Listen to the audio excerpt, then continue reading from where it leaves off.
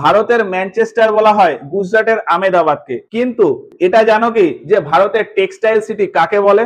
ভারতের ক্লথ ক্যাপিটালই বা কাকে বলে? ইংল্যান্ডে একটা শহর আছে ম্যানচেস্টার, যেখানে সব থেকে বেশি টেক্সটাইল ইন্ডাস্ট্রি ও টেক্সটাইল মিল ছিল।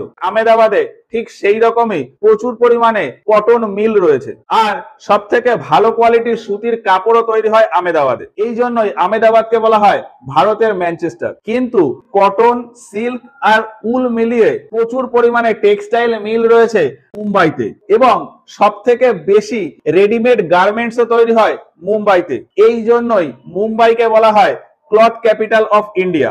অন্যদিকে রাজস্থানে একটা শহর আছে বিলওয়ারা। ভারতবর্ষে যত পলিস্টার ফ্যাব্রিক্সের জামা কাপড়, স্যুট ও বিভিন্ন জিনিস তৈরি হয় তার অর্ধেকের বেশি তৈরি হয় এই বিলওয়ারাতে। এই জন্যই বিলওয়ারাকে বলা হয় টেক্সটাইল সিটি অফ ইন্ডিয়া।